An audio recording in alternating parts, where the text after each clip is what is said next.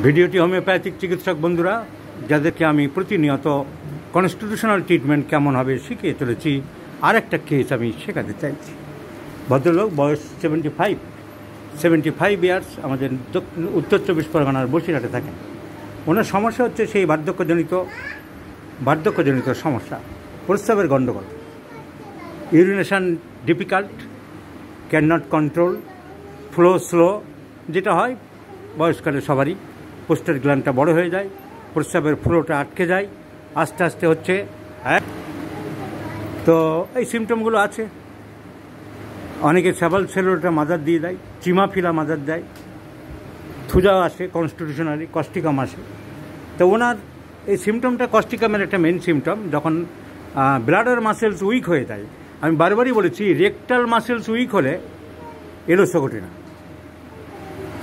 Sprinter ইউরিথ্রি, একটা গোল মতন muscle থাকে, স্পিন্টার মাসেল, যেটা ভালভের কাজ করে, যখন প্রস্রাবের জায়গায় উইক হয়, causticum is the main medicine.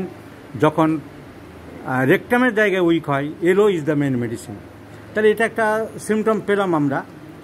2 নম্বর হচ্ছে উনি সিম্প্যাথেটিক মানুষ, সিম্প্যাথেটিক। অন্য দুঃখ কষ্ট দেখলে আপনি এগিয়ে যান, সাহায্য করার মানসিকতা আপনার আছে।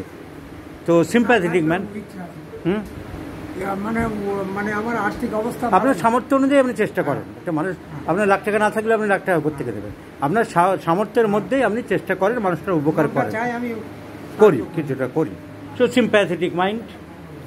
ডিজায়ার ফর সুইটস নিয়ে অনেকের একটা ধারণা আছে যে Causticum aversion to sweets, Causticum sometimes desire for sweets. তার থেকে বড় কথা, এই ডিজায়ার অ্যাভারশন, শীত বেশি কি গরম বেশি, মিষ্টি খেতে চায় কি চায় না, এগুলো নিয়ে বড্ড বেশি মাথা ঘামালে মুশকিল। কারণ এগুলো সব ক্লিনিক্যাল সিমটম। ওষুধ পরীক্ষা করার সময় কেউ বলেনি আমাকে কেজি কেজি মিষ্টি এনে দাও, আমাকে কেজি কেজি তিতো এনে দাও। এগুলো 10টা রোগী দেখার সময় অন্য সিমটমের উপরে যখন রোগ সেরেছে, তখন তার দেখা গেছে ওই লোকটা তো মিষ্টি পছন্দ করতো না, কস্টিকামের অন্য সিমটমে সেরেছে, গ্রাফাইটিসের অন্য সিমটমে সেরেছে, তখন নোট করা হয়েছে যে এটাও একটা সিমটম হতে পারে, হলেও হতে পারে। তার মানে সবার ক্ষেত্রে হবেই এমন কোনো কথা নেই। কস্টিকাম বহু ক্ষেত্রে মিষ্টি ভালোবাসে, এমনকি একমাত্র বাংলা বই আমি এনসি ঘোষের বইয়ে দেখেছি মিষ্টি ভালোবাসে, উনি দেখেছেন। উনি হয়তো এনসাইক্লোপিডিয়া বা অন্য কোনো বই থেকে পেয়েছেন। আচ্ছা, তাহলে এটা নিয়ে মাথা ঘামানোর খুব একটা দরকার নেই। The patient is sympathetic, bladder muscles weak. আর কস্টিকাম, ওনাকে আমি সিলেকশন করে একটা পয়েন্ট পেলাম, ওনার নাম্বারে বোর্ডে 1 নম্বরে ছিল, 1 নম্বরে ছিল ওনার নাম, 1 নম্বরে মুছে দিলাম। কিন্তু মাঝখানে 2-3 লোক এমার্জেন্সি ছিল।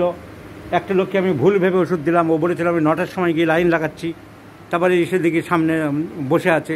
আমি ভাবলাম তাহলে উনি বোধহয় সত্যিই 9টায় এসেছেন, কিন্তু দেখলাম ওনার নাম 12 নম্বরে ছিল। তাই 1 নম্বরে ভেবে তাকেও ছেড়ে দিলাম, এই 12 নম্বরে এখন মোচা হলো। তাহলে 2-3 জন, আরেকটা এপিলেপসির কেস, রোজা করে শরীর অসুস্থ হয়ে পড়েছে, তাকে ছেড়ে দিলাম। উনি এর অন্যায়ের প্রতিবাদ করলেন কীভাবে? উনি একটা সৌজন্য রেখে ভদ্রভাবে করলেন যে ডাক্তারবাবু তাহলে আমাদের নামগুলো মুছে লাস্টে দিয়ে দিই। এটা একটা প্রতিবাদটা উনি ভদ্রভাবে করলেন। এইটা কস্টিকামের একটা মেন সিমটম।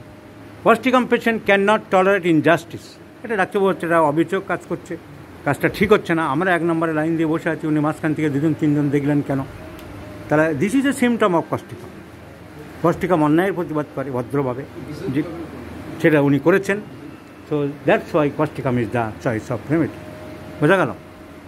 আন্ডারস্টুড?